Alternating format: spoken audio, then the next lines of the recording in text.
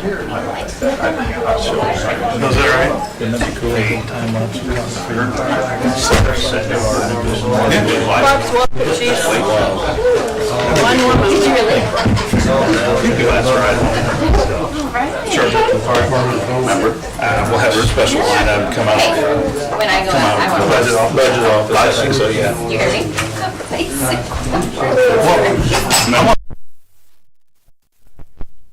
They have a few runs to that.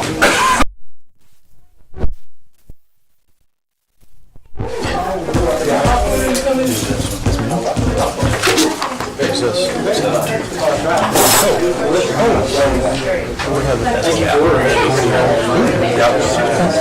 know, we're going to do that at the school, and then figure out the details.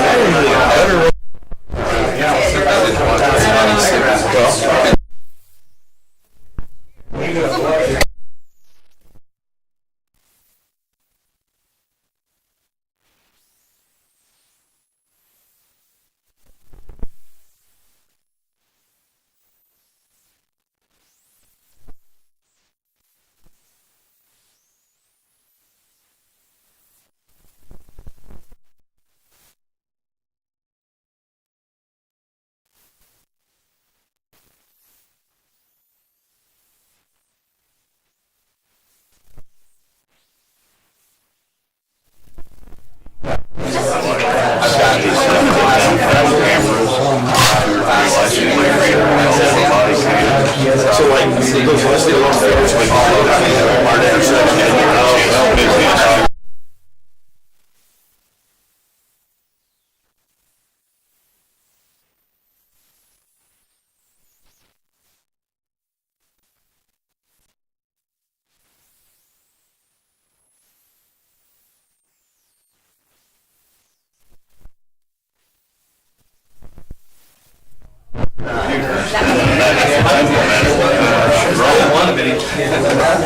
Somebody here makes decisions. This is terminal.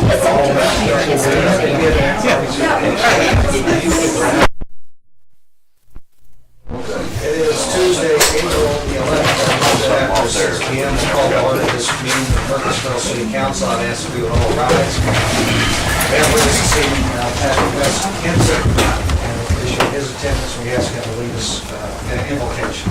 Yes, let's pray together. We thank you, Lord.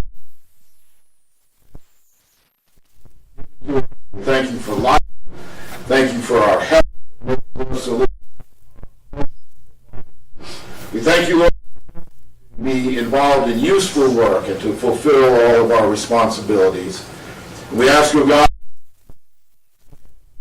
to model who came not to be served, but to serve. I pray tonight for a productive meeting. I pray that we will be able to discuss and tackle the important things graciously and wisely and in a way that this community and honor you. And we pray in Jesus' name. Amen. Pledge of Allegiance.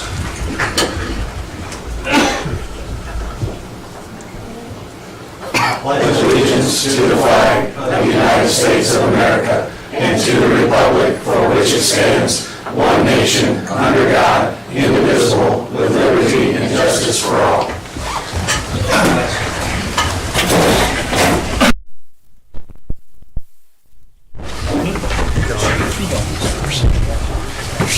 Clerk Hunsaker, would you please call the roll? Alderman Hughes. Here. Alderman Curry Wilson. Here. Alderman Kempis. Here. Alderman Austin. Here. Alderman Jackson. Here. Alderman Pittman. Here. Alderman Irvis. Here.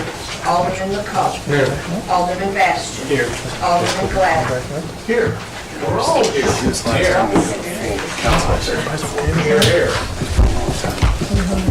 First up, we have the consideration of minutes from March 2023. I entertain any questions or amendments to the minutes at this time.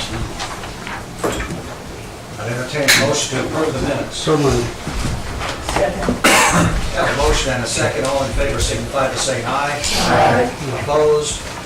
Motion carries. Takes us into our regular committee and commission reports. Up first, we have budget finance chaired by W.J. Pitt. Thank you, Mayor. We have no items under old business under consideration of accounts payable, accounts receivable, payroll registers. We had registered 582 in our packet, and then 584 was recent on. Anybody have any questions on the bills?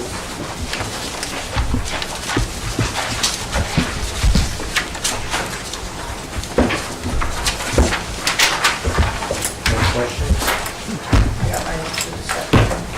Entertain a motion to pay bills. Motion, and a second, all in favor? Aye. Opposed?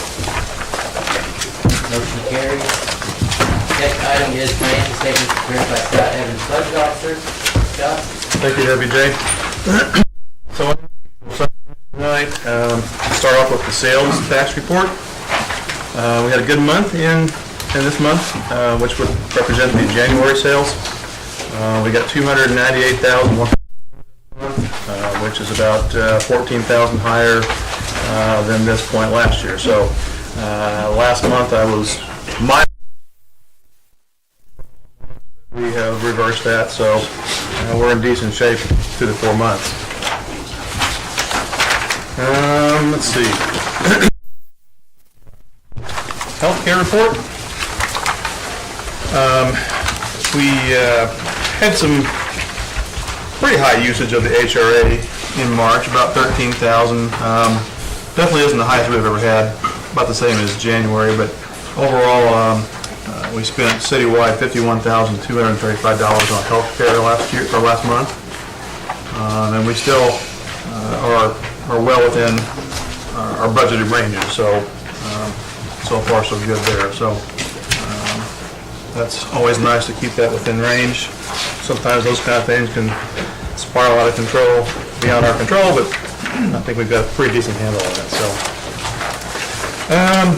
the general fund expenses and revenues versus budget through the first 3 months.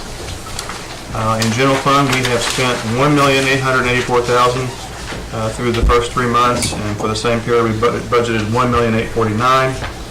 So we're just slightly ahead of what we budgeted in expenses, and I guess we've talked about different things that cause that, timing differences and such. Two, of course, that are rather large is in the administration line. We bought the building in February, which we did budget not to be all in one at one time, so that should eventually work its way off, that particular item. And under building and grounds, the roof for the youth and rec building is in there, so again, that's a timing issue. So we, as well as the information tech, I believe Brian purchased some of his hardware early this year, and isn't that right? We had a server purchase that was rather large expenditure. So. Yeah. So again, the budget dollars should start catching up with some of those things. So nothing for concern there. Our revenues, we brought in $1 million, and we budgeted $1,608,000. So we're a little bit ahead of budget on that.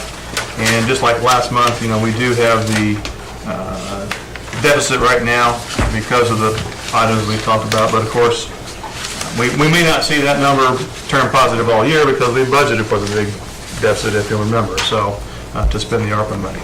So, but nothing is completely out of whack from where we thought it would be at this time, so that's a good thing. The last report, and let's see, and forget my stuff on this report, it's kind of cockeyed. I'm wearing a new machine at the city. They got the salaries citywide, including water, sewer. We spent $279,000 on salaries in March. We budgeted $324,000, so we have a $45,000 under budget for the month. And for the first 3 months, we spent $822,000 in salary, and we budgeted $973,000 for the same period. So we got a $150,000 cushion going into the next 9 months. So we're in pretty decent shape there too. So I think that's the last one. Yeah. Any questions? Thank you, Scott. Yep. Next item is consideration of bids for annual citywide cleanup. And cleanup, will you have the bid? We just have one bid, it's from SI Waste Container.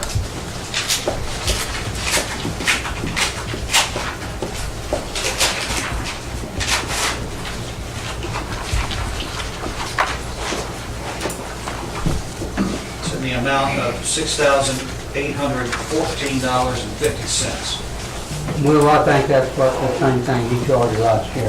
Okay. That's the guy that's done it for the last several years, that we keep his 30-yard dumpster in the home area all the time. For whatever it's worth, the letter and the estimate are two different totals, but they're only different by $1.50. So, I'll take that. I'd make a motion to accept the bid. We have a motion, is there a second? I'll second that. We have a motion and a second, all in favor? Opposed? Motion carries. So that annual city cleanup, that is for Friday, June 2nd, Saturday, June 3rd, it's an annual cleanup. First Friday and Saturday Yep, in June. Right, next item is consideration of quotes for utility vehicles for public works. Remember last meeting we approved up to public works to look for a side-by-side. They did find one at Southern Illinois Motorsports. It's slightly more, the one they think would work the best. Price on it was $11,699, and then after fees, $12,111.26. But after talking to Tim, he thinks it's a workhorse. He thinks it's something that they can get a lot of use out of. Well, you're not buying somebody else's trouble with it. Tim, how much, what kind of warranty you got with it? On the Polaris. utility Polaris? vehicles. I really don't know. I haven't, I never purchased one. I know some of them guarantee the motor for the life of it, Yeah. but you're not gonna put that many hours on it anyway. guess. I mean, you will, but not like people buy them to use them out hunting and everything. Right, Yeah, brand new 2023 Polaris. yeah. I'm not sure, but I can find out what the warranty is. I'm sure it's pretty decent. Right. Usually is that on that. Yeah. Need a motion to buy it? I do need a motion to buy it. I'd make a motion to buy it. Second. We have a motion and a second. All in favor? Uh, Opposed? That motion will not carry. And then next item is consideration of financing options for the purchase of a Vector truck. So I got those today and for last week. First Bank and Trust is low with 5.47 for 5 years. And then I got What the was the first one? 5.47. Okay, thank you. What's the payment gonna be on that?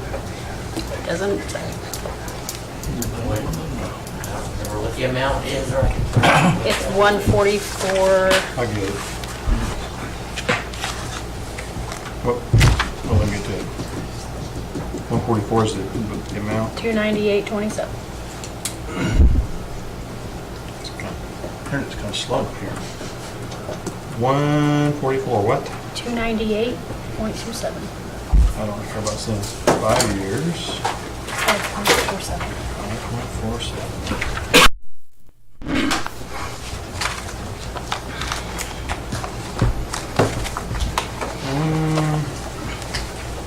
Monthly payment of $2,754. 2,700. $2,754 and 26 cents. Ish. Who did we get?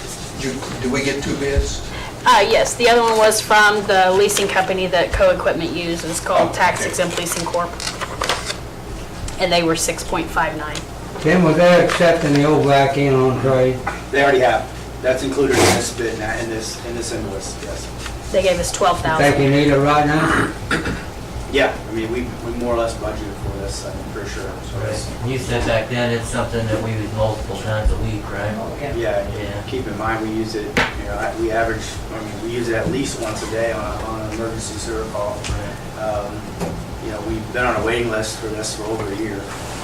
And a new one is near $500,000. So we did get this one has just been refurbished, they've gone through all the engine oil pumps. Cal, do you feel like Co-Equipment has treated us right and like because it seems like this has taken longer than we expected for it to arrive? Well, I know that they've had the truck at their shop for several months, and, when we first started this venture, so the city that owned this truck before had 3 of them, and they were getting 3 new ones, and they were being built at the factory. So we actually bought a truck that was still being used. So as their trucks were replaced with new, they took those trucks in, and we were third in line on that waiting list as well. So they had to refurbish the first truck, second truck, third truck, and ours is in line. I mean, as far as the company, if I've ever had to order a part or anything from Co, it's always been here overnight. It's here the next day. It's so fast and shocking. They know that these trucks we rely on these trucks to serve the community, and they're really quick with taking care of us when it comes to parts and whatever we need. But yeah, it's been a great company. Do they take the old truck whenever they deliver a new one? So we did take the truck in on trade, and they actually sold our truck to Carbondale already. Carbondale wanted a second truck to use for a spare. So they already took our truck in on trade. So I believe they're just going to grab our truck and take it to Carbondale, I guess. So we may have to borrow our old truck back when this one breaks down. We don't know how to run it. Say we got it, the trade it was 12, Yeah, it was right around $12,000. I think it's on the invoice. I don't have it out here. It's 12 each. To answer the second question, it was, anytime I would call and ask about the truck, you'd say, you don't want to less this. We go through every single thing. So we have a motion from Alderman Cohen to buy and finance the vehicle to the First Second Trust. We have a second, all in favor? Aye. We must be down to these things. And that's the last item under new business, no public comment under budget finance. Hearing none, we can move out of budget finance. All right, thank you, WJ. That takes us to building grounds chaired by Mr. Mike Austin. Thank you, Mayor. We have no old business, and under new business, we have 2 considerations. The first is being a consideration of proposal from Week Enterprises at 1344 North 7th Street. I'm assuming that is what this picture is of. Is that correct? That's right, and I had this added to the agenda, and in retrospect, I wish I would have added an executive session to the meeting tonight, because this is probably something that we should discuss there in terms of if we would decide to, buy it. Some negotiation on price might be in order, and I'm sure we wouldn't want to necessarily do that in the open meeting. But the concept essentially is that I have that labeled Crane HVAC. That's the building that formerly was Crane Heating and Air. It's now owned by what's called Wiki Enterprises. They're a heating and air outfit. I'm not exactly sure where their home base is. I think it's somewhere up around Columbia. I believe it's Oakville. Is it Oakville? Okay. Anyway, there is a piece of city infrastructure which is generally in the area where I have put up that circle, and it is a main master meter from Kincaid coming into the city. There's a pressure reduction valve there that reduces the pressure from Kincaid into the city lines for distribution. It has to be checked daily, and for years the city has sort of mowed that little area and mowed also the railroad bed that you can see there that the city owns going back to it. Leaky plans, and they have cleared a bunch of trees out back here and hauled away a bunch of trash and found evidence of people camping back in there and whatever. They plan on fencing that off and using it, renting space to people to store like RVs and campers and this type of stuff. And they approached me about just simply, picking a line somewhere such that our infrastructure would be on our property and drawing a line and then selling us that property instead of us having to come and go across their property to access our infrastructure. So Mayor, would you like to move this to the next meeting and set it? I think so. I think that's probably the best thing to do. We'll move it to the next meeting and put it for closed session. Yeah. Okay. Thank you. The other consideration is a new outside storage shed. During the first Murphysboro cruise night, I was talking with Josh Sayer, and he approached me and he asked me if I knew that the floor of the green storage building had rotted out and fallen onto the parking lot. And the contents of the shed was just sort of all over the place in there, and that the door had dry rotted and was, I guess at some point had been screwed shut or something, because the door just kept coming open. So obviously that storage shed has lived a useful life. But it's what we use to store the tents that are used for the farmer's market. Some of the equipment that Cruise Night uses, they store in there. And he just came to me and said, you know, this is the city's, and obviously we use it, but it needs to be replaced. And so I just would ask the council to, I guess, permission to go out and find a new one of similar size, and if there's a budget, we want to keep it up. Yeah, you can't get too big a one there, it'll be out into the parking lot. You know. I know that Neiman sells them. I think those are Cook buildings out there. I think Across the Bridge sells them. I don't know if they sell that small one. Yeah. I've forgotten the name of that one across the bridge. It's great. Cardinal? Maybe, I can't I remember. think the Cardinal I ones are know on that my Shell. son brought one from them. They seem to be made very well, but I don't know if they're any better or worse than the Cook ones. And like Ray said, I don't think they do it that small. I did price, just quickly took a look at one that was out at Dean's, and it was $5,165, and it was a 10 by 16, and it was, just tan with kind of like brown trim, just sort of matched the color of the buildings around What it. are the dimensions of that one that's falling apart there? Barb, I'm not sure. I really don't know. Probably around 9 or 8 bags, it's not very big. It's not. I said, can you get one that big there? Well, I'm not sure, but I do know that that one was one of the smallest ones that they had, which was the 10 by 16. Well, if you had to set it toward the courthouse off that corner, you'd probably just be taking up one parking place, that's our lot anyway. I don't know, what is the dimensions of a parking space? Anybody know? There's some trivia for you. Not very big. Not the size of the car. Around 8 foot. 8 foot wide, probably 8 by 10. Okay. Hey, Mayor, I got a question. And I'm not opposed to the city buying it, but I thought years ago when that was purchased, I thought Main Street purchased that for some reason. It's been so many years, but I thought they did. They have. And we gave them permission to put it there, and then they started keeping, we keep our stuff in there. Yeah. And I don't care, I'm just asking. I thought they did. Anybody else remember? I think did. that is correct. They did. I thought. And Lois was in charge, yeah. Yeah. And again, I'm not opposed to us Yeah. buying it, but I thought. It's still around someplace, probably. Miss Murphy used that too a lot when she was doing the flowers. The water hose was in there and was growing stuff around the building, we'd have to get it out there, the water, everything. I mean, I'm happy to ask cruise nights if they want to pitch in on it. I'm not asking that, I just wanted to make, I remember them purchasing that several years ago. Mr. Urbis? Yeah, I recently priced some out there, 8 by 12 was like 3,300. Okay. There is two things to consider here. The first one is the books, they have lifetime warranty. So anything like that, I think they will replace or repair. Oh, yeah, they do have it. I got a Cook.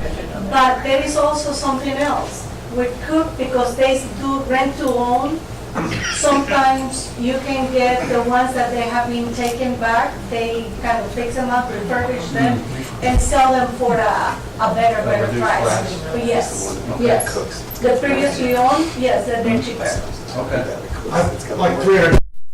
Oh, I got mind My that. price, yeah, the pre-owned was like $300 less than anything. Well, I think it's not worth it.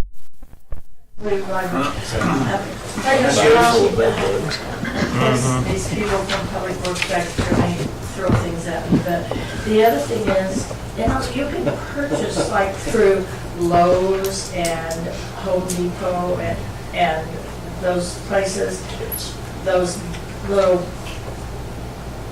outbuildings or sheds that you could put together yourself. I don't know if it's something that would be, I don't have any idea what quality is. And I would assume that we have some guys that could probably put it together. As I said, I may get things thrown. I think what you're looking at.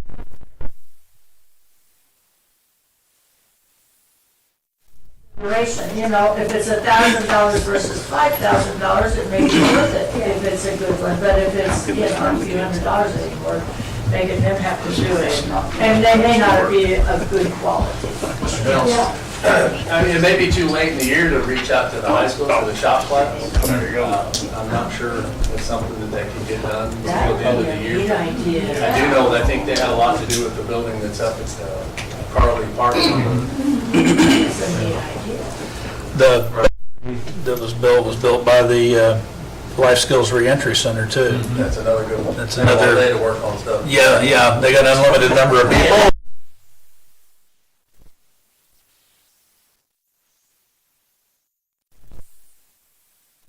That's probably even a better suggestion. They do have more time to work on it. So do we have a motion to pursue and move forward with Need a this? motion to pursue, or can we just direct them to pursue? I will reach out to the Life Skills Reentry Center and see what they have to say about doing something like that.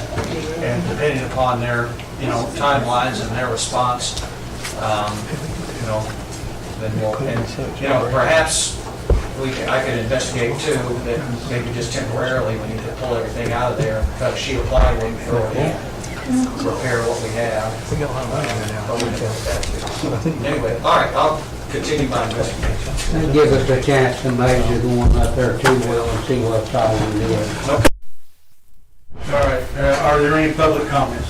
I got something in like I told Mayor I need to go early today for Sunday in 8 years, but there is something that I mentioned to, it's probably a little bit out of the items that we are discussing right now, but I talked to Alderman Mike.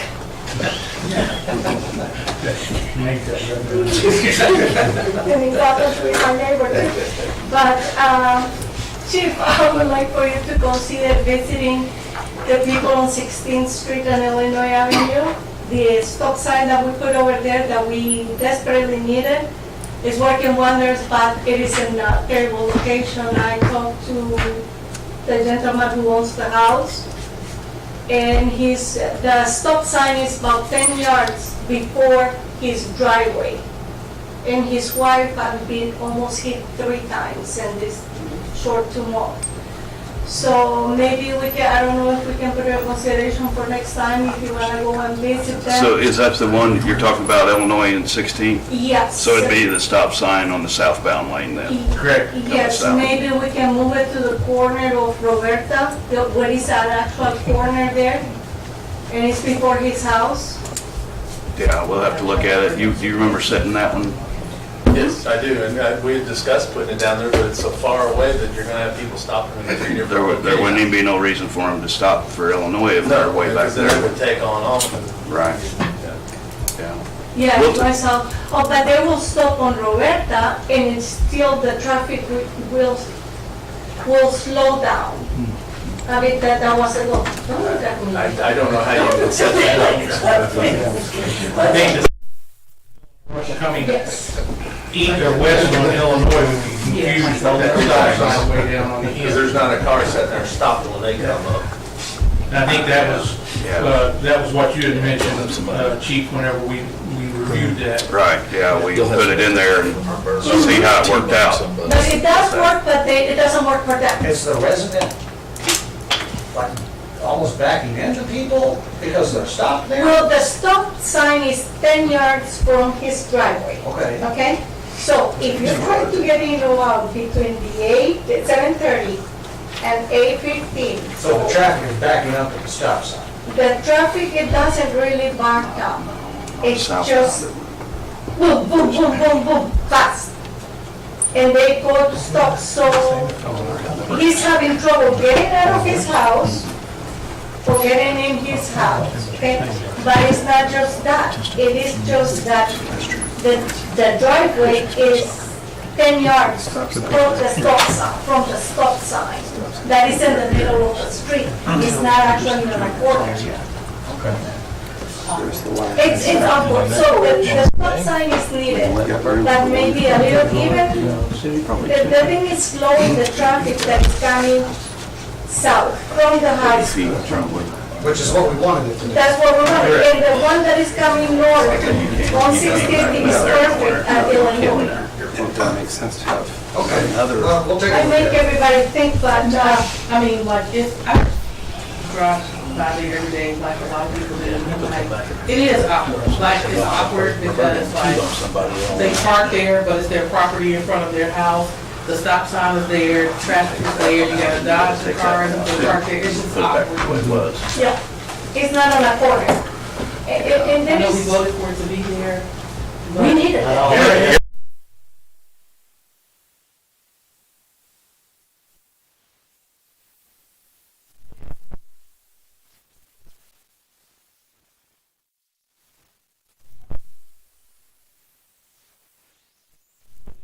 We're looking at it on the computer from above, and there's, you either leave that one and the northbound stop sign there both, or you would take them out, because if you even take that one out, then you're gonna have a car coming and thinking that one's gonna stop and not, and you're gonna have accidents. And far as backing it up, that's not gonna accomplish nothing, because you're still gonna have the problem of that lane coming all the way through, and the other two stop signs not knowing, actually, they're thinking they should stop. So either, to me, the way it looks, you would leave it the way it is, or remove them and put it back to the way it originally was.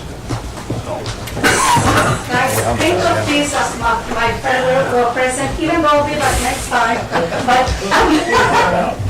I'm gonna go today, my turn your is bike's out. probably gonna come on the end of the month and do that, but I wondered why you were leaving. Oh, because something came up? Okay. I just didn't want you to leave because you were upset about the. Oh, I'm not.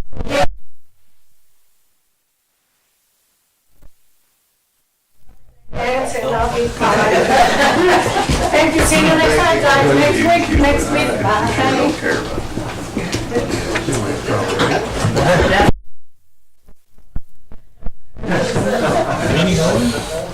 I heard that. All right, well, Let us take a breath, okay?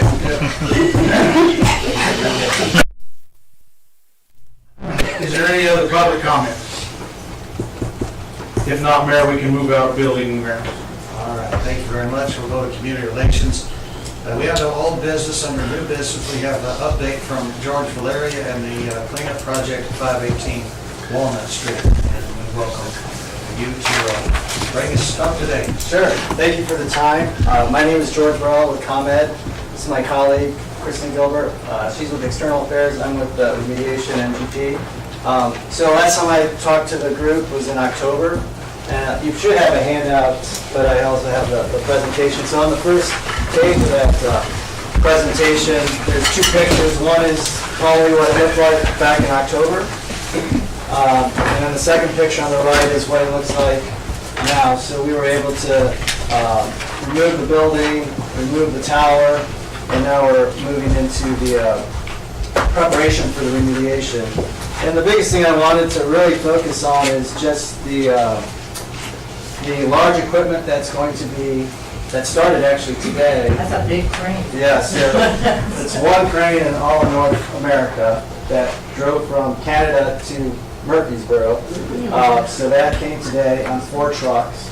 And so I'll just jump to slide 5 so you guys could give me that.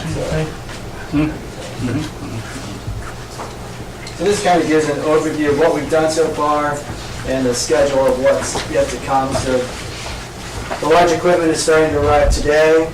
They're going to be assembling that for the next week, and you'll see the crane assembled, and I have some pictures that I'll also show you. But there's the top one is what it's going to look like. For scale, that's a 5-story building. So you can see once it's fully positioned, it'll be taller than 5 stories.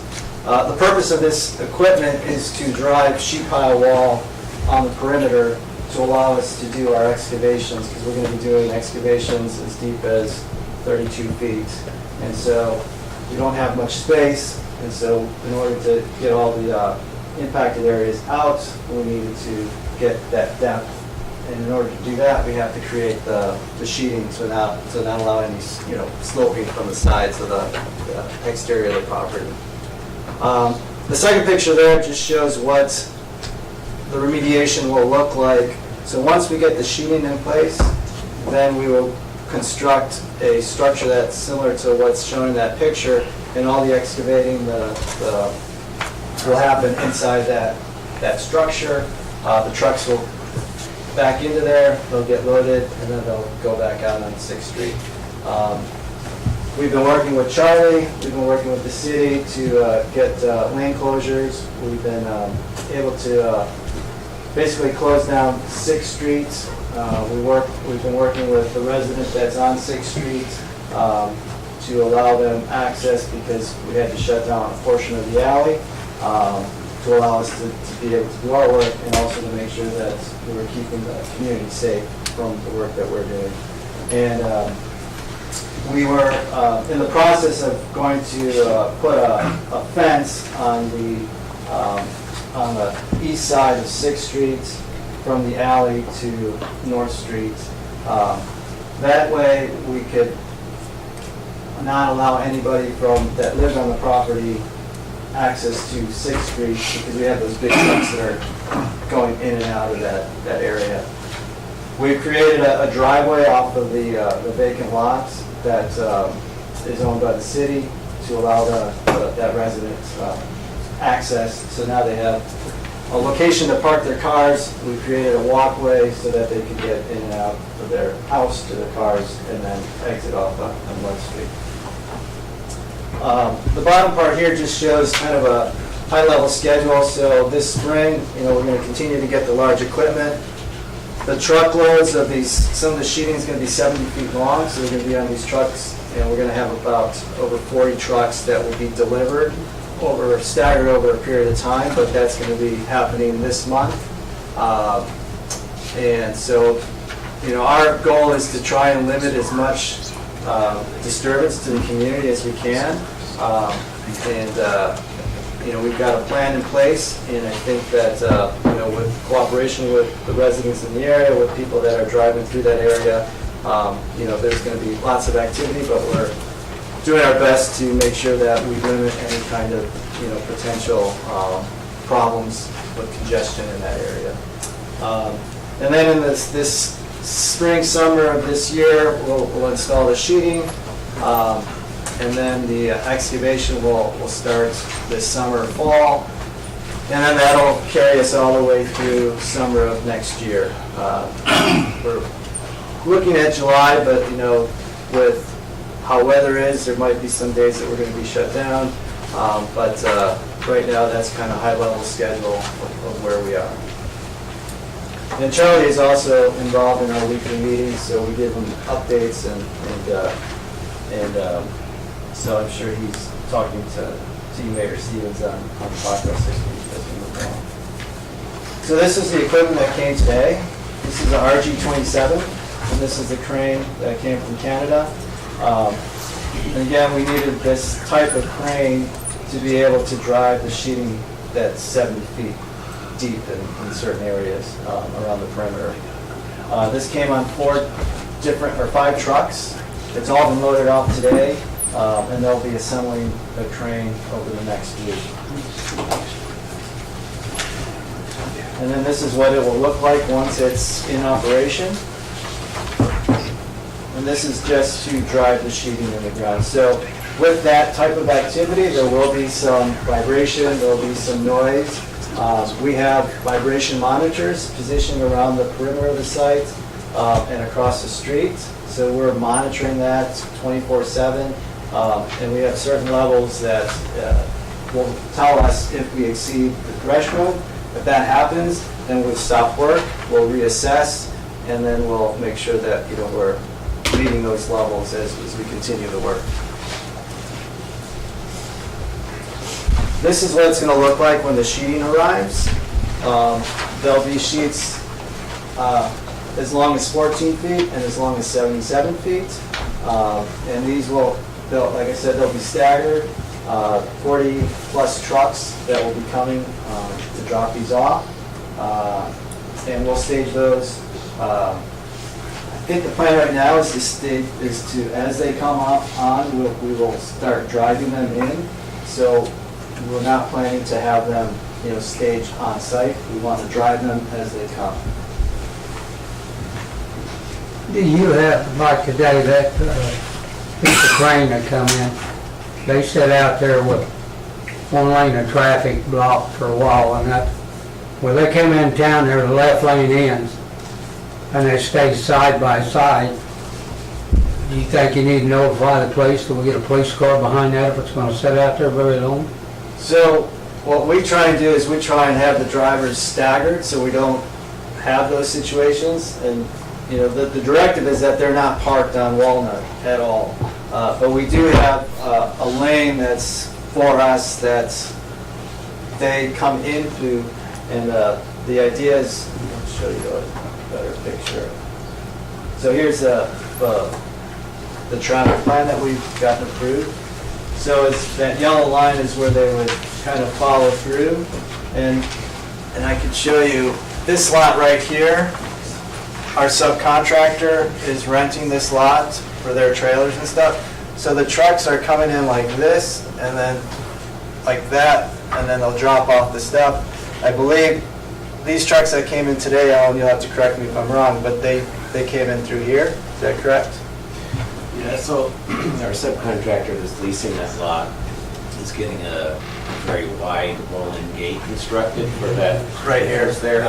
Right now, they don't have that in place, but it should be in place before the sheet pile trucks start coming in. So we shouldn't have that issue where traffic gets backed up. Well, I just saw they come in town and it was sitting there, and it's sitting in that left lane where people pass it on the right lane. Those people come up through there and try to pass everybody in the left lane. Of course, I don't know how they can keep from seeing that. Yeah. But it kind of looked like a dangerous situation. Because I know when that truck turns, he's going to turn across that right lane. Yeah. It'd just be a lot easier if we had a police officer car down there or something, turn on the lights to let them know that truck's turning. Yeah, I think that's a great idea. I know that we had a safety meeting last month, and the fire chief was participating in that, and we wanted to make sure that, from a safety standpoint, if anything happens on site, that we had, that communication with the proper folks. So, in a situation like that, I think that's, we should reach out to the city, police department and work with them to get that straightened out. Yeah, maybe the first day they start bringing the sheeting in. When do you expect that to be? April 21st, I believe, is the first day. Maybe we set up a car somewhere over there and see how it goes. How long they will be coming in there? Do they periodically through April and May? The first days to see. Yeah, I think we should probably have like an offline meeting with that'd be fine. 06 and talk about it. contractor to make sure that we're all on the same page.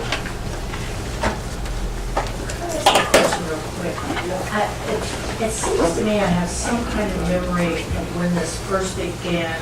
It's an old brain, so forgive me if this is incorrect. That we talked about IDOT changing those arrows on the street to be either closer or further away somehow so that it wouldn't create as much congestion when those big trucks come in. Does anybody else remember that?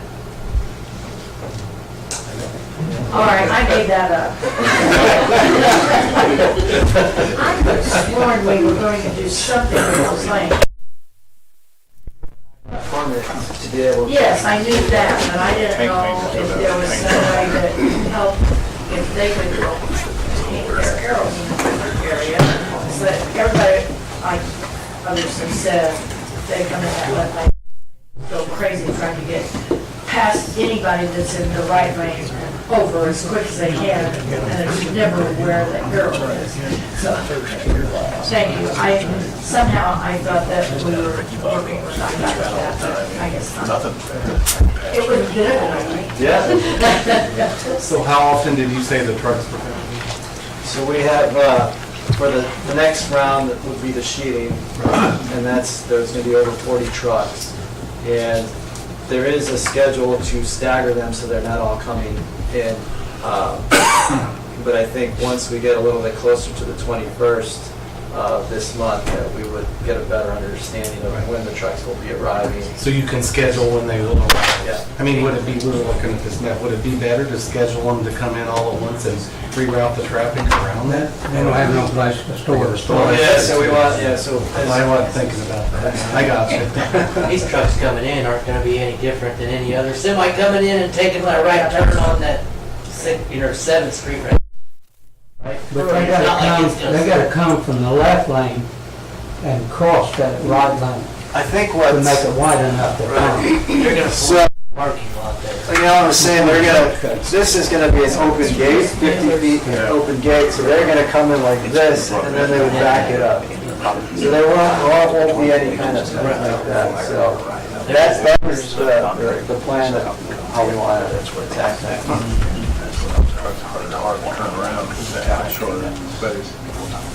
So then this is what it's gonna look like when they take it off the truck and they start driving it in.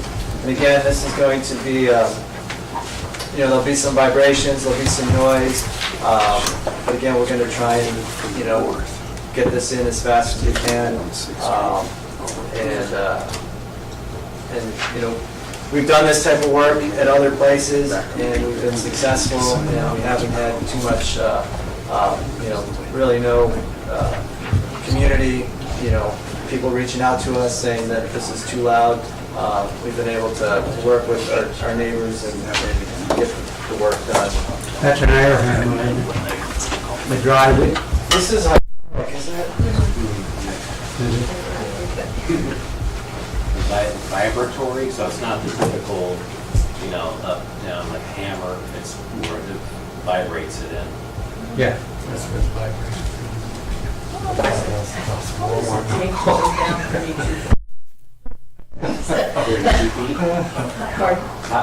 How long does it take to drive one of those big sheets down?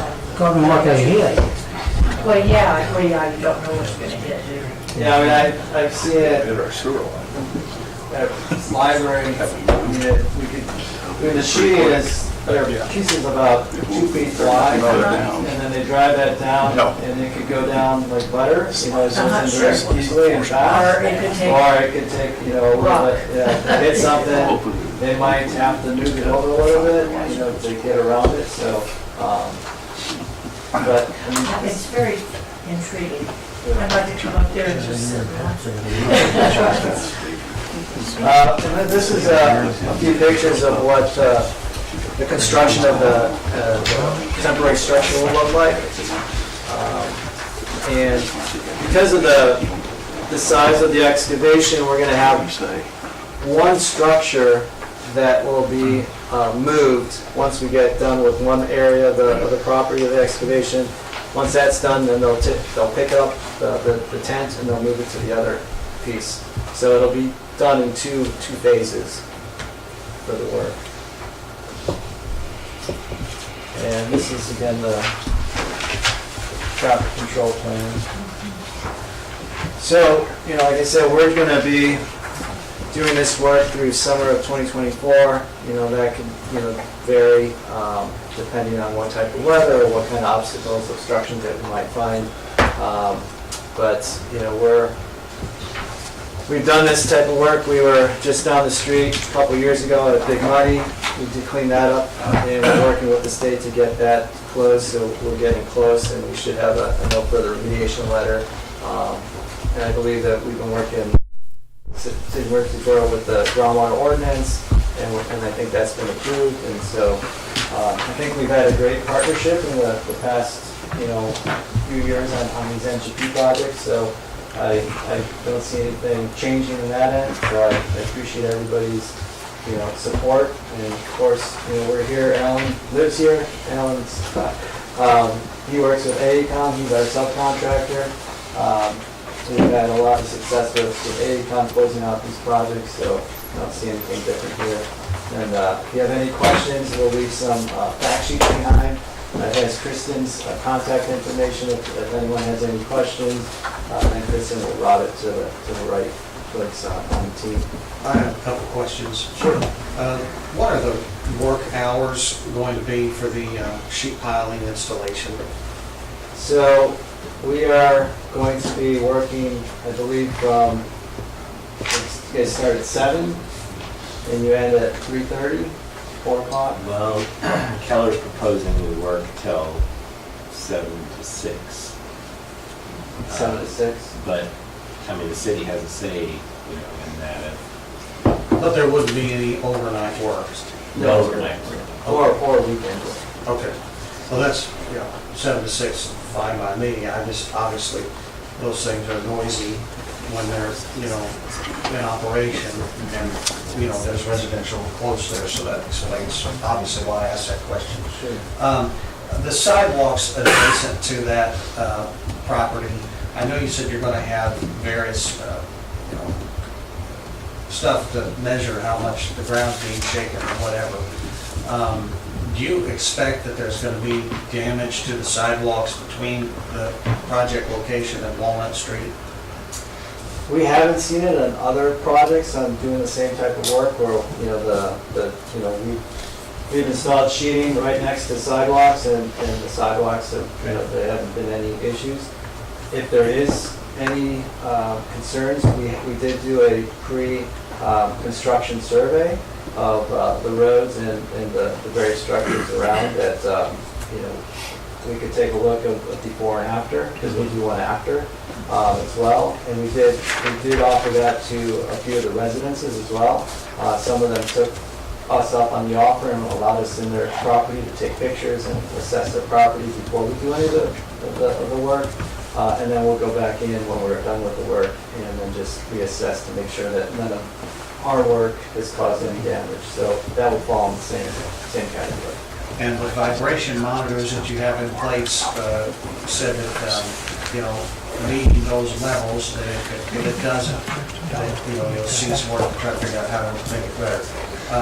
Are those machines, do they keep a record somehow of that? Yes. And is that publicly accessible? We have, so they're 24/7. It's just constant data that we get. We assess that data, and then we have information. I'd have to work with ComEd. I know that ComEd does this as an insurance policy, that we keep the information, but it's not required by the state. It's not required by any agencies that were asking closure on it for remediation. So I'd have to go back to ComEd to see what we'd be able to share. Well, because if a resident asks me, if they say to me, the work there is, rattling the clocks off the walls, and I come to you and I tell them, well, they keep a record of that, and it's well within the tolerances. Right. And they say, well, how do we know? And I say, well, I'll go ask. And then you say, well, I can't share that information with you. Right. So I'm just saying that. Yeah, no, it's a valid question, and I'll go back to my folks and get a response to you. That's all I have. Thank you. Yeah. Mayor, I have a question. When it was first addressed to us, I was under the understanding it was a 7 to 3:30 operation. Now you're saying 6 o'clock now, so if it was to go to the 3:30, how much longer would it take you to finish that operation if those 2.5 hours was cut each day? So Keller is for the sheeting, right? and the sheeting is about a month worth of work. So it'd probably just be maybe a month and a half for the sheeting piece of it. And, you know, we're trying to also work on doing some shallower excavations at the same time that they're, you know, that they might be doing some other work. So that, you know, we're trying to utilize our time wisely. But we could run some numbers to see, you know, if we did go to the 330, and, you know, how long that would take, how much time that would add. It's actually going to be one of our discussions tomorrow with Keller about the upcoming schedule. I was just curious, I was curious of that, because that was how it was presented, if I'm remembering correctly, that's how it was presented. Right, and I think that our schedule is built on that schedule, that timeline. So if they say if we're allow them to go to 6, I think it would just shorten up the schedule. Because I think we built the schedule with the shorter day. Thank you, George. Thank you. Thank you, everybody. Thank you. So that timeframe is just for the sheeting? The other work- Yeah, the excavation, I think. I mean, I think that over the summer, they might try and capture a little bit more daylight, so they might try and get more work done. I know landfill closes at 4 or 4:30, I believe it is, so we usually do our last run with trucks around 3:30, that way they can still make it to the landfill in time.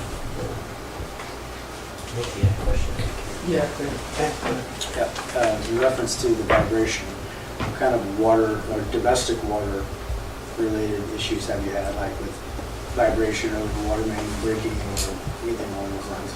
We haven't had any issues like that. Because there's like a 12-inch ductile iron main that runs down Walnut Street, just about 40 feet to the south of the project.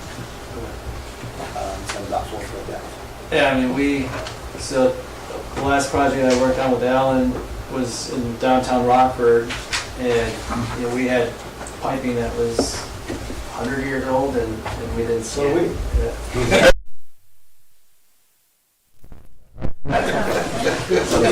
They do a pre-trench, they excavate down to 5 feet to get rid of the native soil.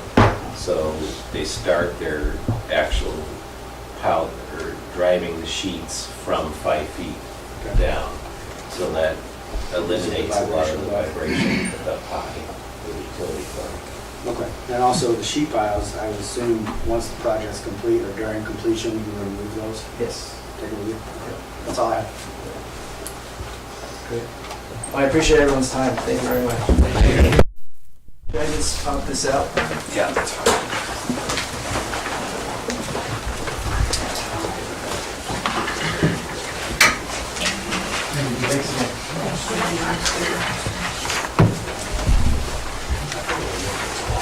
All right, we'll go now into our next items. Consideration of request for 5K, the Big Money Monster 5K for June 25th, 2023. We have a application for such an event included in our packet. Any questions, comments about this? Is there a motion to approve? Put them all down. All in favor, signify by saying aye. Aye. Opposed? Motion carries.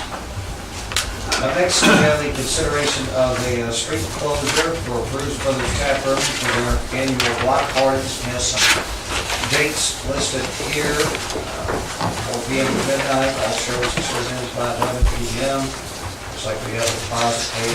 Check there. Questions or comments? Mr. We have a motion. Is there a second? Second. All in favor, signify by saying aye. Aye. Opposed? Motion carries. Is there any public comment on community relations?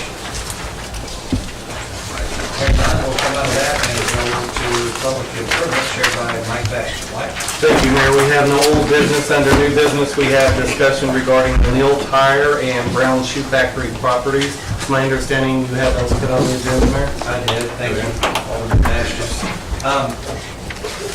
So, Bless you. take them one at a time. The Neal Tire property has been vacant now for many years. And the reason that it is vacant is because you cannot get a loan to buy that building. And you can't get a loan to buy that building because there is a existing EPA issue in regarding underground storage tanks that were there. It's my understanding the tanks were removed, but they were not removed properly, and the EPA reporting was not done properly at the time they were removed. And so anytime a bank does a title search, they come across that, and it's more than any bank is willing to deal with. The WJ, I think, probably knows what I'm saying. Yeah, I mean, so we have to get basically a site review from the EPA letter that says that it's been done. I don't know, I haven't seen the title work on that. I just know that I've had several people that have interest in buying it. And because, with knowledge of what was there, we would require that. And basically the owners have said that they won't allow anybody on the property from the EPA to do any of that site review, and so the bank can't finance it. It would have to be a cash purchase, basically. Right. And I've done some investigation with the EPA, and as long as it remains held by a private entity, that private entity can enroll in an EPA program where they would put in monitoring wells and whatnot, and it would, cost a significant amount of money for somebody to do that. If it is owned by a government or a municipality, for instance, the rules change, and the state says that you can pay $10,000, and then the state pays for the rest of the cost of the cleanup out of their leaking underground storage tank program. Now, obviously there are risks that come with a community taking on a property that has those kinds of issues. Not saying that there isn't. But, we have lost out on, Dylan Craig, who was, played some minor league baseball, wanted to purchase that building and could not, to open up a sports training facility. I recently had a person come to me who wanted to open up one of these sort of places, like a jump and bounce house thing for kids there, and they, couldn't move forward on it. And so I feel like I'm repeating myself in this sense, is that earlier I should have put an executive session on, but I think it is important for the city to consider, if nothing else, asking that property be donated to the city so that we could, move forward with trying to enter into such a program so that could be part of our downtown. We've seen what all these other groups have done to revitalize our community downtown, and I think that it would be a good thing for us to do that. And so I wanted to bring that out and hear what everybody had to say. Mr. McCall. Well, I think Jeff Wright owned that service station when they took them tanks out, if I remember right. I can't remember who took them out, but I think Jeff Wright was the one, he's passed since. Raven Tire owns it now, correct? It's Ben Tire Corporation, right? And I've talked to the owner there, and they always say, well, we'd be happy to lease it. Anybody wants to lease it, because they can lease it in the situation it's in, but they don't, they can't sell it because nobody can get a loan to buy it. It's been several years since the last time I saw it, and I think the two people that I had two different people within about 6 months, and they were very different prices. And I think one of them was after the EPA issues were found out, and then the first, I can't remember who took those tanks out, but I think Jeff Wright owned it when they were taken out, if I remember right. I believe you're correct. Jeff Wright owned it when they were taken out. Yeah, but I can't remember who the contractor was that took the tanks out. It was Frankie Evers. Let me ask you this, did we not put? I'll mail it to Did we not just stay in contact with the current owners and let them know that, you know, we could be included, you know, I'd hate to just buy it and not have somebody interested in it right now, you know? But if they had somebody interested and it could change hands to us first to get that done, you know, with the state, facilitate that, kind of similar to what we did with Kerwood, you know, I'd be more inclined to like that, you know, do something. Well, we don't like want to that. end up with another work school. No, right, but if there was a buyer immediately behind us ready to do something, and, you know, our 10,000, you know, and that $10,000 could be included in the price, you know. Don't worry, that $10,000 in it goes if we own it. Right, but that's what I'm saying, if it came, that we're already in line to buy it. But you hope they stay in line to buy it. But better than not having anybody. That process. You're gonna have to get it to the city's name before you can do Most it. of a year, Right. you know. So we have to have it for a year. Yeah. Now, Richard Blake, tell me all the reasons it's a bad idea. Well, you know, as we've said before, and as we discussed with the old Kerwood building, it just never likes to get in line of ownership with a building we know that has those kind of issues. We also know that IEPA's not coming in, knocking on their door saying, hey, straighten this out. I don't know what we have really to, you know, what we would show if we did some investigation to know just exactly what there is. We do have under under the state code where we deal with dangerous, unsafe buildings. If it is a property that has environmental hazards, leaking petroleum, you know, as it sounds like those type of issues, there's a procedure to put it on them to take some steps, or, you know, the city can, you know, go and get authority to do its own investigation. I don't know if the city wants to pay that. I'm sure those investigations could be, you know, there's standards as far as nobody's occupying the building, that it does present either an immediate or imminent threat to public health and safety. You know, there's certain standards you'd have to take a closer look at the property.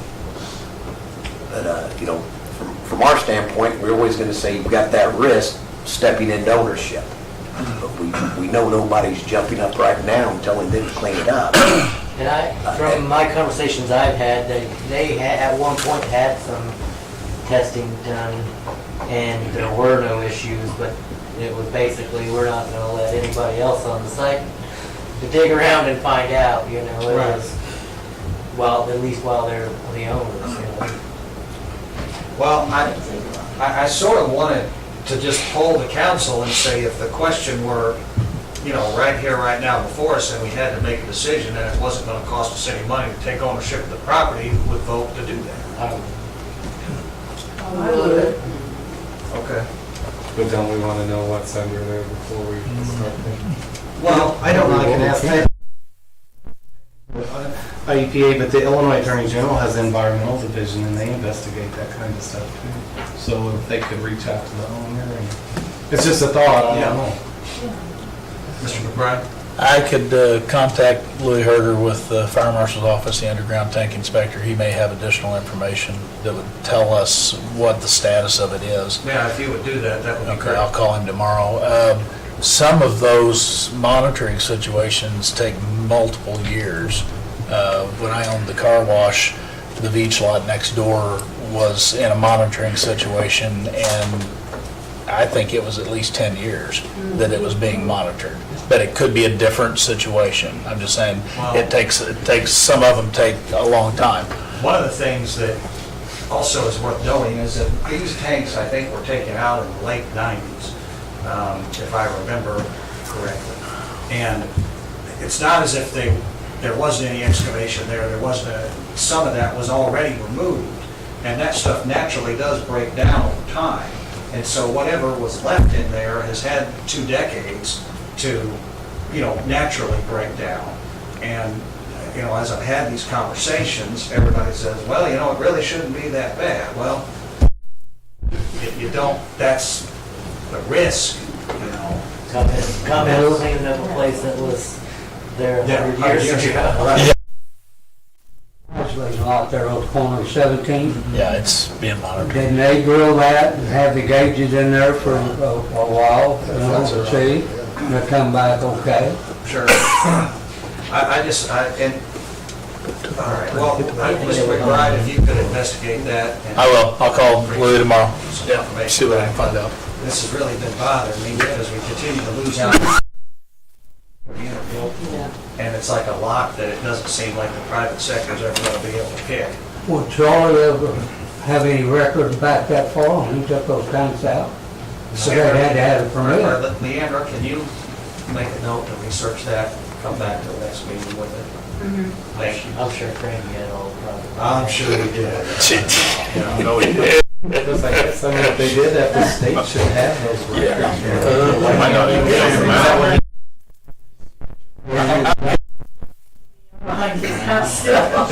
There are records there. By God, you would. Oh, you would. Not everything that was supposed to be filed was filed. All the Ts were crossed. Right. Clean it up. The I's. But I'm sure, everybody got paid. Yeah. Now, moving on to the other sort of bigger monster, and, the whole time I've been mayor,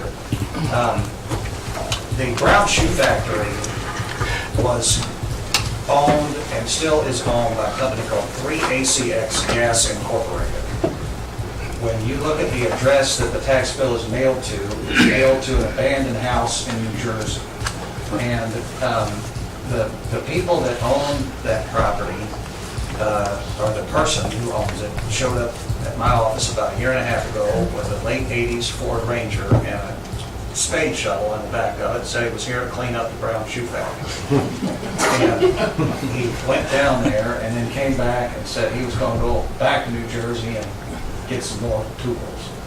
And of course, since then, they have not paid property taxes. And the taxes have been bought by Mr. Sanjay Gupta, who is a well-known, tax buyer who buys a property that's essentially sight unseen. And so that whole property continues to be in this never-ending tax cycle. There are federal funds to clean that property up, but again, those funds can't be accessed unless whoever owns the property gives access to the property. And nobody that owns the property will give the EPA any access to the property because they feel like they're going to be then subjected to the scrutinies of the EPA, and nobody's over that. Is that not the whole? And the Holnuts have paid off all of their debts to the city, and that whole... They don't own that property? They do not. They do no longer own that property. It went to the Jackson County trustee. Holman's did not pay the taxes. Jackson County trustee ended up getting an order for a tax deed. They sold it, the Jackson County trustee sold it to an outfit called Cheap Homes Incorporated or something to that effect out somewhere in Florida. And then the current owner bought it through them for like $6,600. And so again, the question is if there were federal money that would come in and haul off that entire place, would we, be willing to consider taking ownership of it to eliminate what's a blight on the community? And I'm personally of the opinion that we should, because I think that sometimes the city has to be sort of we're the only entity that can take these things on. Like nobody else can do it or would do it. And so that's... How long has this company that's got the taxes on it now had it? They have had it for 2 years. Can't you get a court filing, make them clean it up, or start? You could not the tax buyer, because the tax buyer doesn't have a deed yet. We could, as to the current owner, we could give them the notice required with all of the issues of the property, we could make those demands. We could then file our action with the court. I doubt he'd do anything with the court. He said, I'm going to walk away from this property. You know. Right, so You know, we end up with the lien on it that got, that is. Right, I mean, it would give the city could then take on the role of doing those things at the city's cost. But,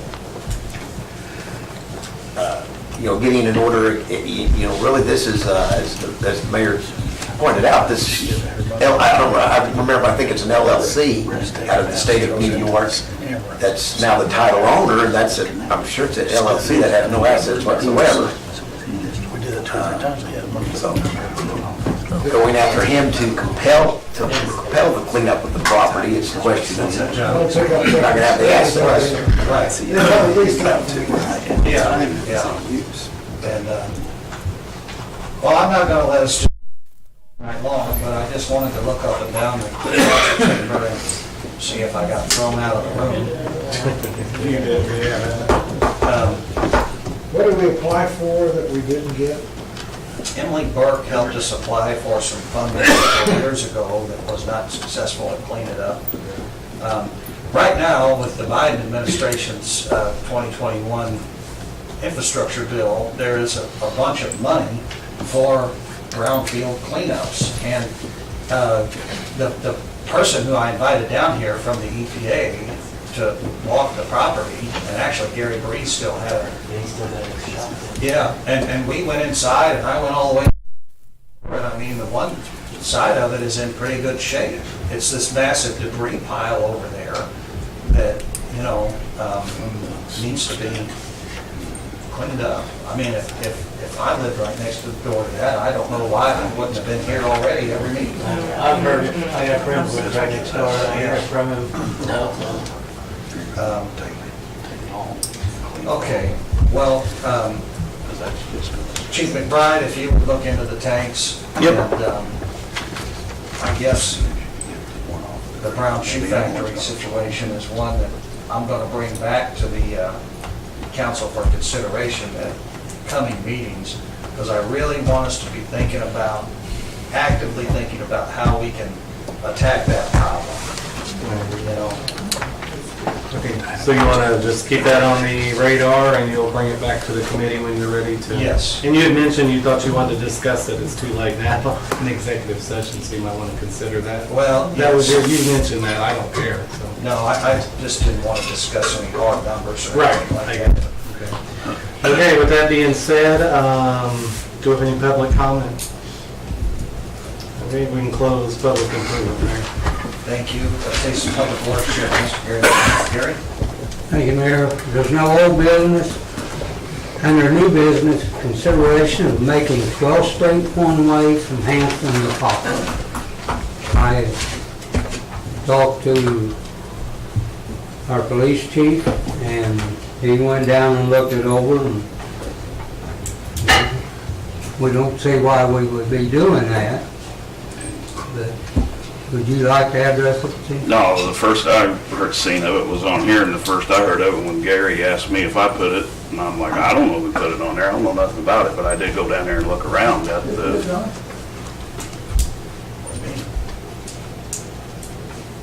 Leandra asked for it to be on. Harry Raines came in and he asked that it be put on there. Darren, you want to talk about it?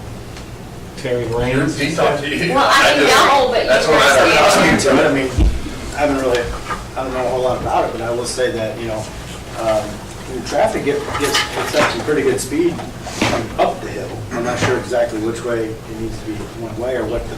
I think he's gotta be thinking, with going down there and looking at it, anybody that's going south, and you're getting to that stop sign and you're wanting to go left or right, either one, you're jumping out there and you can't see what's coming around from the left, and you really gotta look back to the right to see. So I'm assuming they'd want the one-way going to the north. The other way. He said the other, North to the south. he said north to the south. Yeah, going north to the south, where you couldn't pull out there like that. So I don't know, That but wouldn't be that's, ideal for you guys, right? I mean, We go down that hill, you know, hundreds of times a week, and it's the same thing. You're looking this way and turning this way just because of the way that people. I mean, but he's wanting it to be one way coming up the hill, right? he would have to be, I would think. Yeah, Yeah, you It don't was really. one way headed south. Right.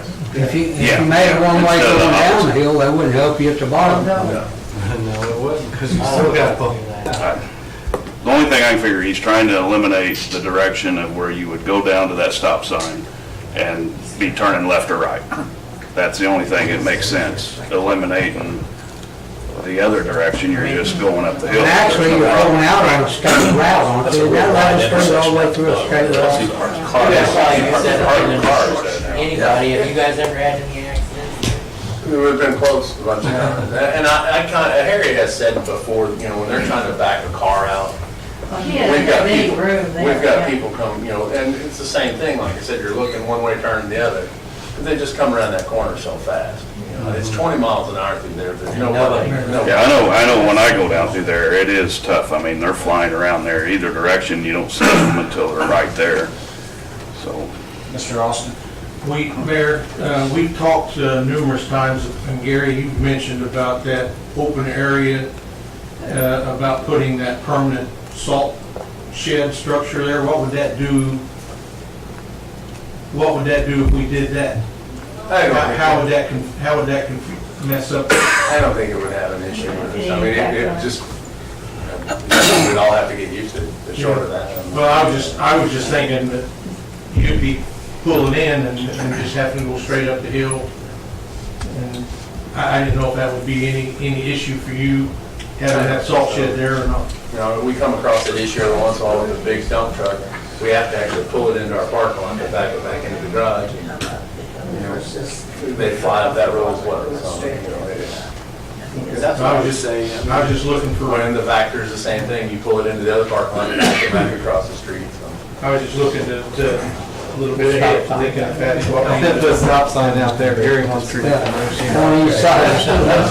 I do have a question. Honestly, I think it's the southbound traffic for us, you know, being that, you know, our main building is just about 3 feet off of that road, but our storage building is less than a foot off the road. It's built right on the curb. And I mean, there's been many nights I've come out of there at 2 o'clock in the morning, we were working late, and cars just fly right by you. You know, you have about a half second to, better look both ways, how's that?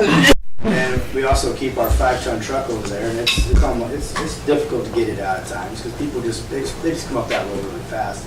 I think it's because they come off of, you know, kind of 149 there, and they turn around, they come up by Pizza Hut, and they cut up that road to go to the liquor store, or go to the post office, wherever they want. I mean, it would be an idea not to have it one way, but maybe just close the through traffic altogether. I mean, there's only maybe 3 houses on that road at this point. I mean, most people just use it for a cut-through road. Just make it do not enter on both sides and leave it open to the local traffic to access their driveways. I mean, people are still gonna use it though. They're still gonna cut through there. That's hard. That's not gonna stop them. And if you've been by to see the fence, you'd know that really fast, because somebody hit it over the weekend and took the gate out. Took the whole gate out, they came down. Mr. Best, I have a question. It is a state route, 11th Street, coming down through there. Well, what about, I don't know, it would be IDOT's responsibility. I mean, could we, like, talk to them about maybe putting a caution flashings, you know, on that curb or something? I know I'm not saying they would, but 20 mile an hour. How much it wouldn't slow them down. I mean, How many wrecks do we have there? Not as many as the ones Or something, just it probably would help, but, I mean, it's their responsibility for the signage. come around the first If you're job. gonna make it one way, you gotta make it going from the bottom of the hill up the one way, otherwise you got the problem down there that much more. I don't know, it seems to me like the minute we change it, you've got several residents who live there, and they're all gonna come in here and, you know, have their own perspective. Or whatever. Why they can't park going down. People want It to is, have more when you drive down to that self-preservation. stop sign, I'm not roundabout. I can talk to some of the residents, I mean, I think they all benefit from being close to through traffic. All right, well, Gary, what do you want to do? You're chairman of this committee. Well, I don't see doing it. We haven't had, it's a problem, there's no doubt. But it's been there they've probably been there for years and years. any bad wrecks right there. I know one guy got run off in the ditch down there, broke his neck, but that wasn't because of him. I think he left the ball. But, you know, I don't, there's no way, we can't do anything with a state route, you know. And like you said, you're just like an umpire, you're gonna make half happy, half unhappy if you make it in one way. Right. I think we just put it off for a while and see if there's any bad wreck. The main accidents we have are on 14th Street, and when you're going down that way, and when it takes the jog to the left, they keep going straight and hit the poles right there, and that's before you get to that road. Yeah. Yeah. You talking down by the cemetery? No, come back up, leave the PD, leave here, go straight down, and when you get 2 blocks down, when it takes the left, that's when they keep going straight, or they're in too hot, and they go slide off and hit a pole up through there. That's usually what we have. We haven't had anything that much intersection related that I'm aware of. I mean, we don't know what the residents over there want, right? No. And so, did you make the suggestion that? And we could reach out to them. I mean, I know that when we had South 20th Street closed for all that time, that the residents said leave it like that. Just stay in the streets, kids ride their bikes.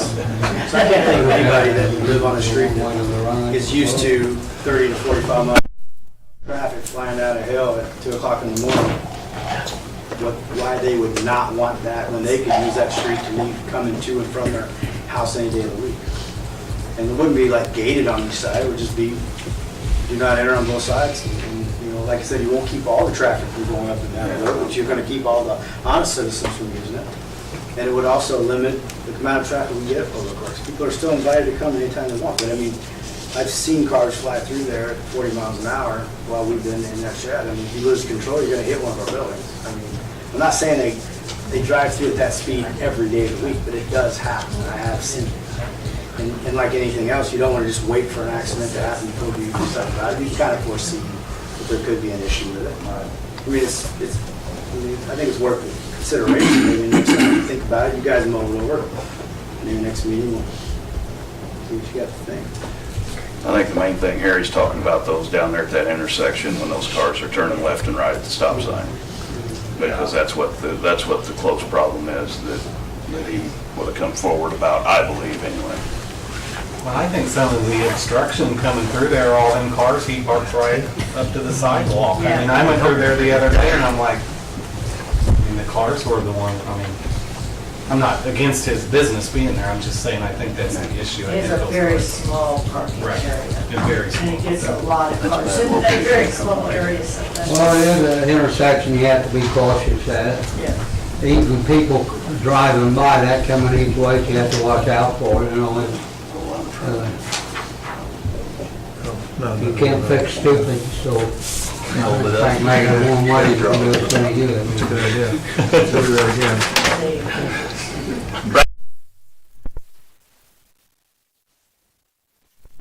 Oh, yeah, well, we can have a round up there. What are you doing? You're stealing my material? You didn't go with it. Alley going off there. Is there any 11th Street going public comment on public work? I think we'll move out of there. They would. And our lunch that takes us to Public Safety Chair, Mr. John Ernest. John. Thank you, Mayor. We have no old business. One item of new business, consideration of declaring bicycles as surplus. There's a list. Is that police department? Yes, yeah, it's unclaimed bicycles over probably the last year or so that we can finally get rid Any of. good ones? Oh, I'm sure there's some good ones in there. There's a list. There always is. Oh, yeah, we said Chief, when are you gonna hold this auction, do you know yet? It'd be, we take them to Canning's and it's in June, the next one. So I know a sometimes couple we people- take them to Treasure. I know a couple of people's got kids that kind of, you know, like to know, and a couple of them's had bicycles stolen and had their serial numbers on. They go back out and buy them back. Yeah, it'll be at Canning's in June. We have a motion to. I move approval, John. Second. All right, all in favor, aye? Aye. Opposed, no? Passes. Comment on public safety. two-way streets. Stop Remove stop sign at 60.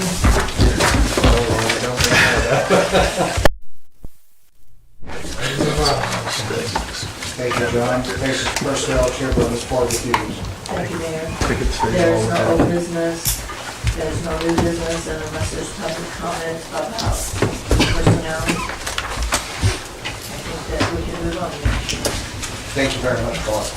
Under the mayor's report, first we have discussion regarding the moving of the Maine City Council meeting dates. We do have 5 Tuesdays in May. The reason that I'm requesting this is that as chairman of the Southwest Connector Task Force on May the 10th, Mike Bost and Nikki Pazinski are going to be giving speeches about the need to fund the highway expansion from Murphysboro to St. Louis. And I would like to travel there and be a part of that to help just capture some of those moments and help continue to promote that effort. Obviously, the 10th, or rather the 9th, is the Tuesday of the typical council meeting. And I wanted to get some feedback on whether we just wanted to move them both or just move one, or if there's any comments on it. In the past, we've always just moved them both, particularly when we had 5 Tuesdays like we do in a month. In May, I didn't know if it made a difference to Sandra in terms of scheduling.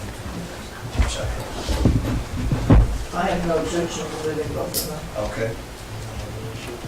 Is there a motion to move them to the 16th and the 30th of May? Move. Motion and a second. All in favor, signify by saying aye. Motion carries. Next, I have a discussion regarding the Wonder Wash laundromat liquor license. Obviously, we know that building is now with Wonder Wash. They have applied for a liquor license. I have not, I believe they've met all the requirements otherwise via the state. I have not signed it only because one of the members of the city council came to me and asked, is this something we really want to do? And in the past, anytime we talk about video gaming, I think I've been pretty clear that I don't like it, I don't want any more of it. But that hasn't been really seemingly the kind of the perspective of the majority of the council, so I just quit bringing those to the council when they came up.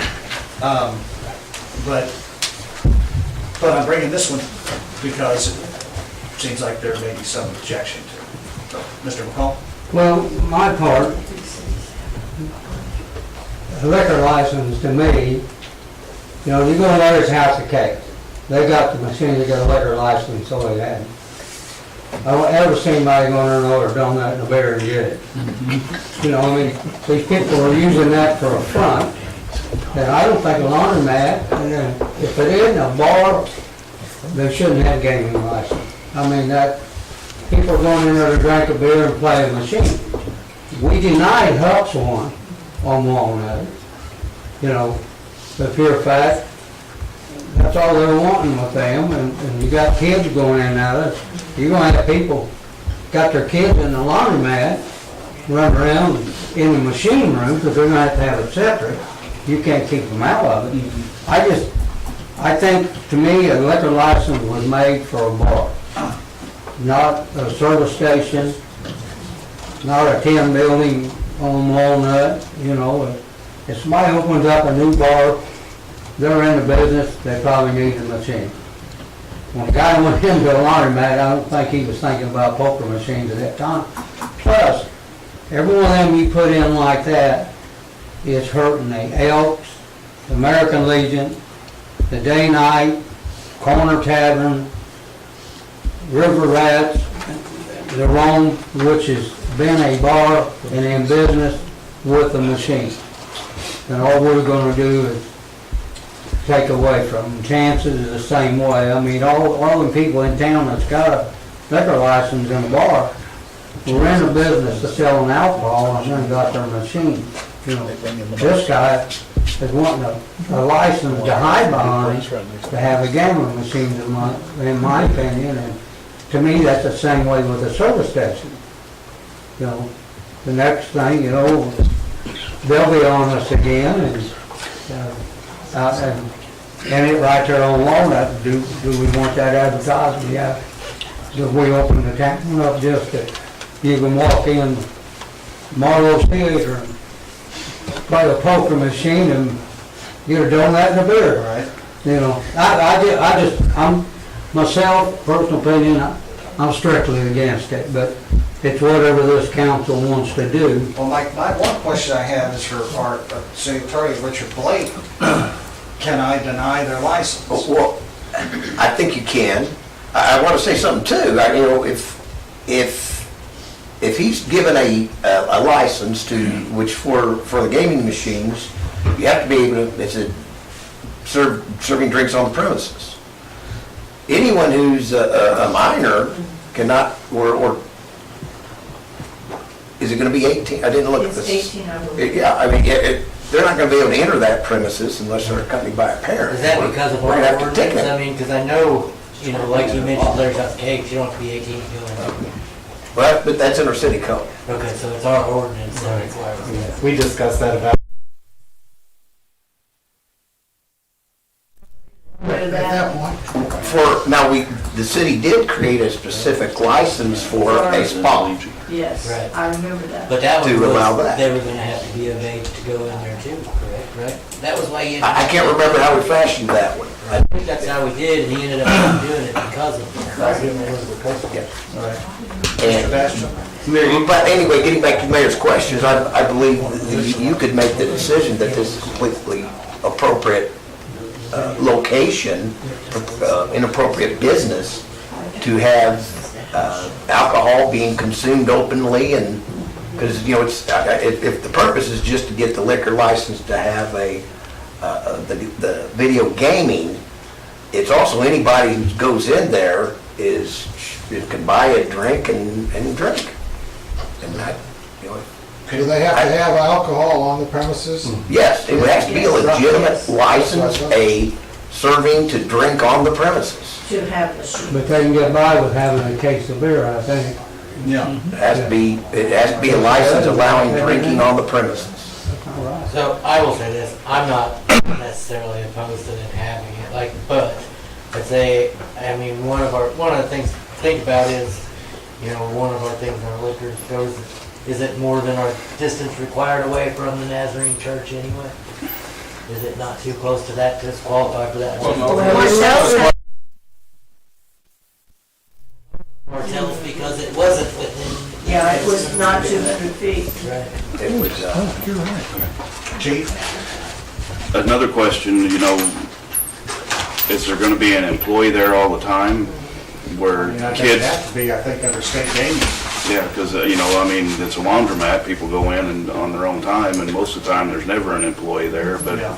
and then you're gonna have kids in there, kids may be going in there playing the machines if there's not an employee there the whole time that place is open. So, I mean, I don't know what their plan is, but, I mean, if we tell them that they can't have anybody under whatever the age is in our ordinance anyway, they may just change their mind and say that they, you know.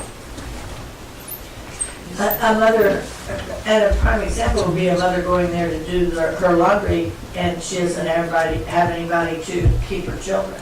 She doesn't, maybe isn't even going there to play those games. But, you can be in there if you're with a if they're parent. accompanied with a parent. It's like the 16-year-old that says, Mom, I'll go do the laundry. kids going in by themselves, 14 cars. I bet them teenagers would like it. Yeah. Would do that. Mr. Urbis? And I agree with Gary. I mean, I think this is a different situation. It's the whole, the type of business. Doesn't make sense. Mr. Lee? Just a question, this 14th Street laundromat, does it have a liquor license in game? No. Just like, I didn't. All right, well, I am more than willing to work with the city attorney to essentially draft a letter saying that after discussion with the city council, we have found that this is not a, appropriate place for a liquor license to be issued, and here's why. And so that's what I will do.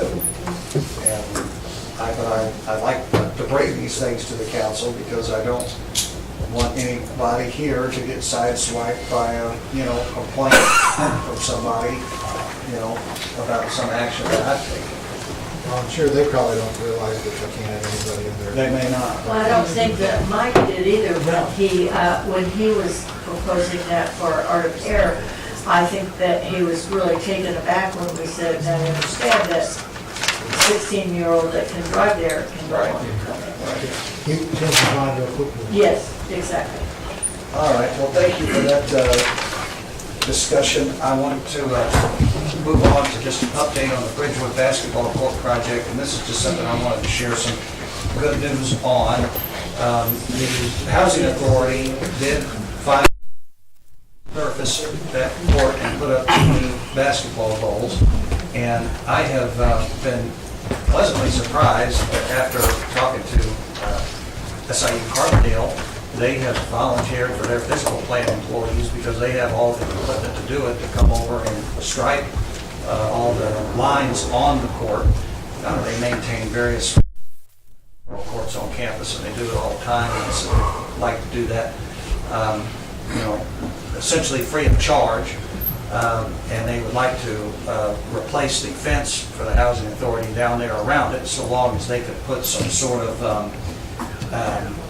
netting that's sort of transparent, like a mesh. Says something like, SIU partners with communities or something. And so I'm working together to move that forward. And I'm just... well used already. Yeah. Yes, it really is. I noticed that too. And I'm thankful to all the partners that helped us with that, Revitalize, First Bank and Trust, Mike and Joan, a number of people, the city gave to help just supplement the funding to make that happen. So very thankful for that. And it's not on the agenda because I just didn't add it last Friday, because I didn't even know about it when the agenda came out. It's also, I think I may have told everybody, maybe I didn't get to everybody. The city did receive the Illinois Transportation Enhancement Program grant funding from the state of Illinois in an amount of $1.9 billion to bury all of our downtown electrical, to replace all the downtown street lighting, to make all the downtown sidewalks ADA compliant, ADA ramps for general aesthetic improvements. And there is a $0 match from the city on that grant, so it's all 100% funding, and we don't have to. The resolution we adopted said we would potentially be obligated for up to 20%, but then after talking with IDOT today, there is no match on that grant, so that's a huge win for the city. It's the same grant that Carbondale got to revitalize the strip and do all the work they did down there, and so we'll be getting more details about that. Very excited about that.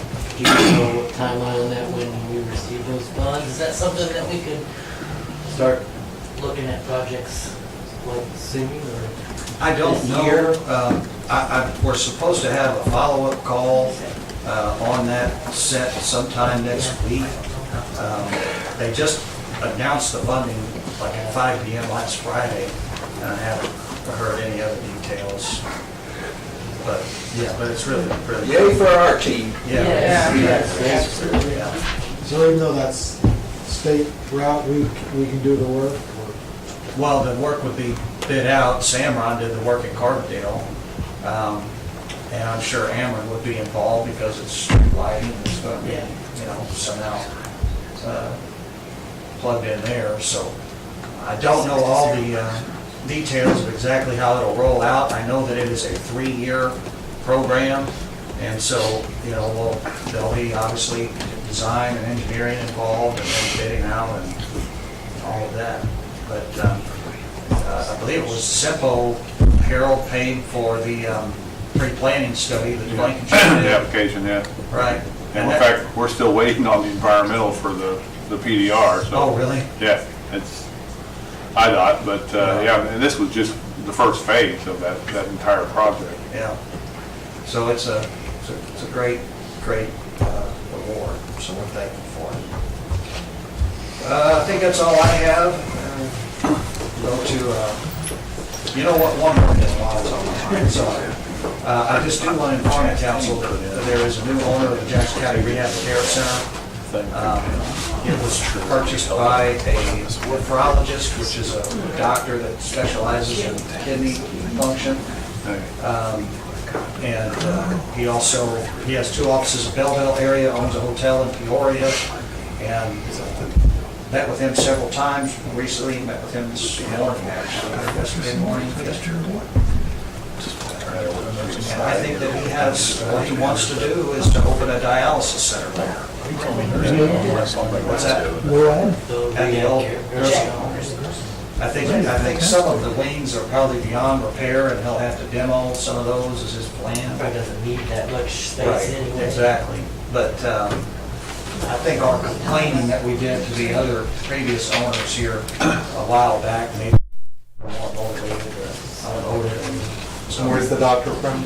He is from, he has 2 offices in Belleville area, or Metro East area, and then also owns I forget what it is, Best Western Hotel or something in Peoria.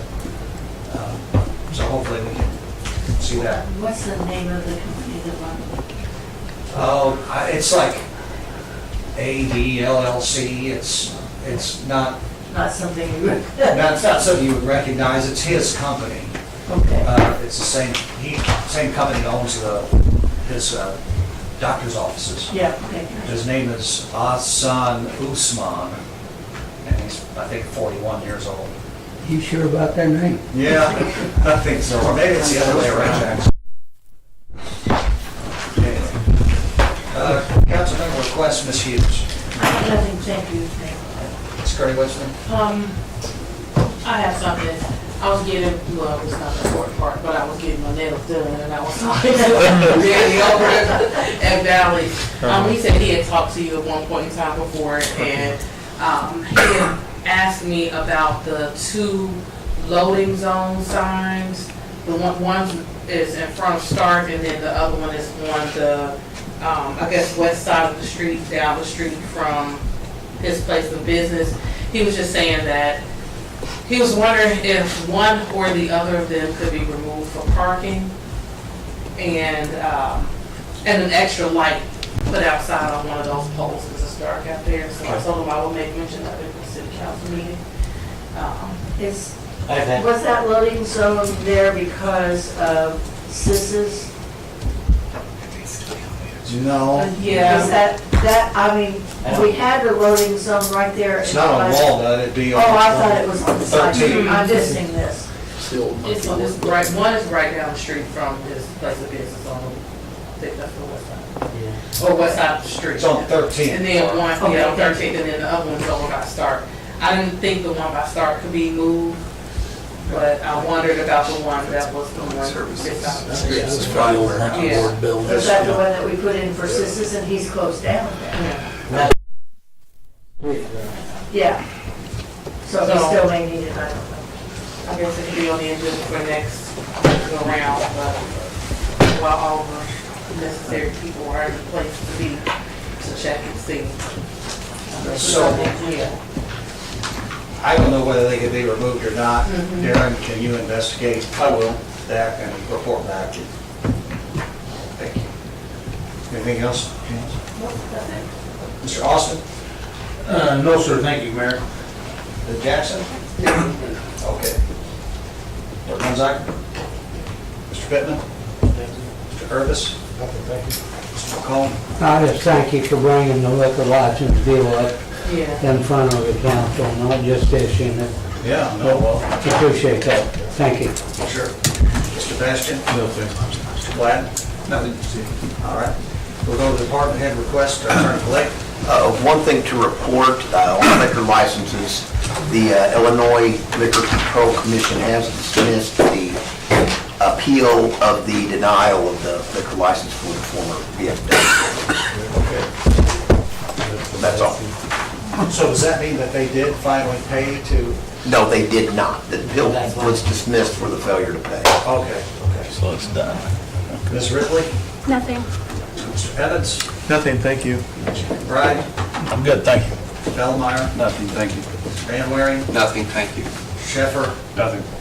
Ms. Volley? Nothing, thank you. Ms. Bryant? Nothing, thanks. Mr. Lee? Just that you've noticed construction begin on the water tower on 17th Street.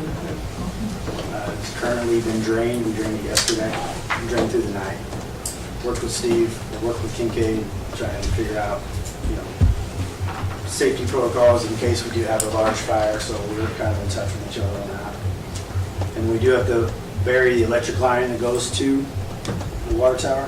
That should have been buried years ago. I mean, most water tower, I don't know if it's an EPA rule or not, but it needs, we want to be buried. So we're moving forward with that right now. I'm supposed to meet someone there next week to talk about that. Thanks, I got contact with Gina. She told me how to get it done. So, oh, and the ladies soccer team is winning right now against Harrisburg 6-0. About 3 minutes left. Yeah. That's it. Thank you. Class? Last week, Mrs. Hughes and Miss Jackson come down to the plant and took a tour of the plant. I don't know if any other aldermen have ever not been down there. With the weather being nice, if you would like to come down and take a tour, just reach out. We did that, didn't we? I want to go. Anytime, You sure you go down? Yeah, did you make them go down the elevator? And that lift station that you go way down on, what street is that? Ritter Street. Ritter, maybe? Ritter. I went down that one time. I would do it again. Unless you want me to die, I don't want to do nothing. That's all I have. Okay. Mr. Bills? All right. Is there a motion to adjourn? Second. All in favor?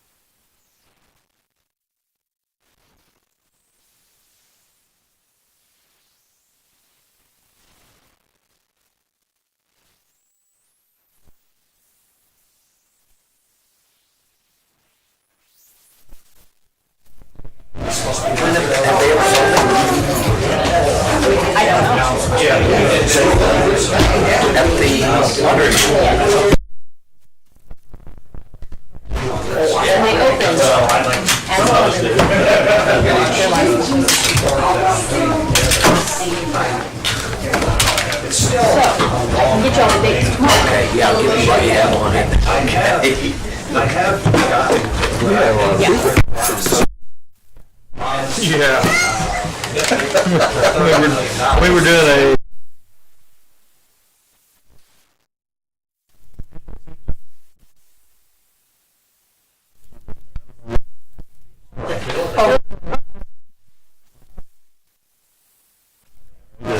Yes. I don't know what, they just think about it.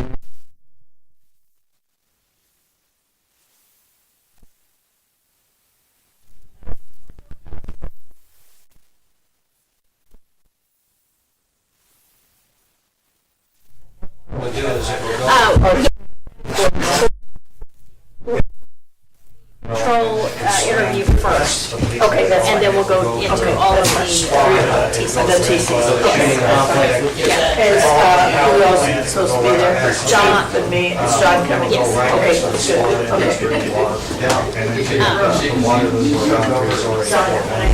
Now, I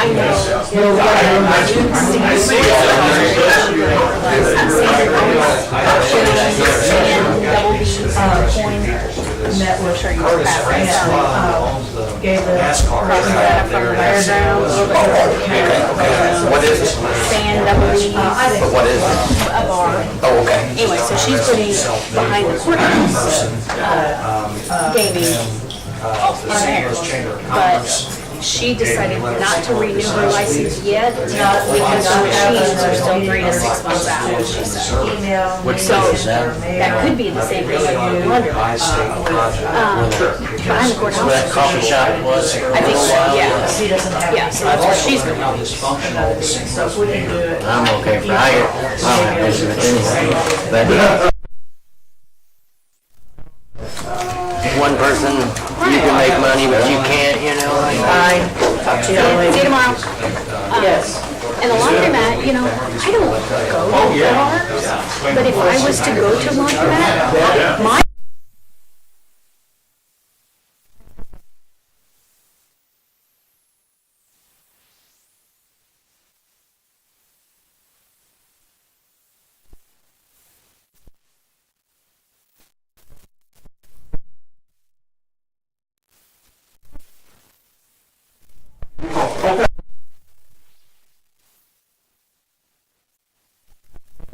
They don't know what you're talking about.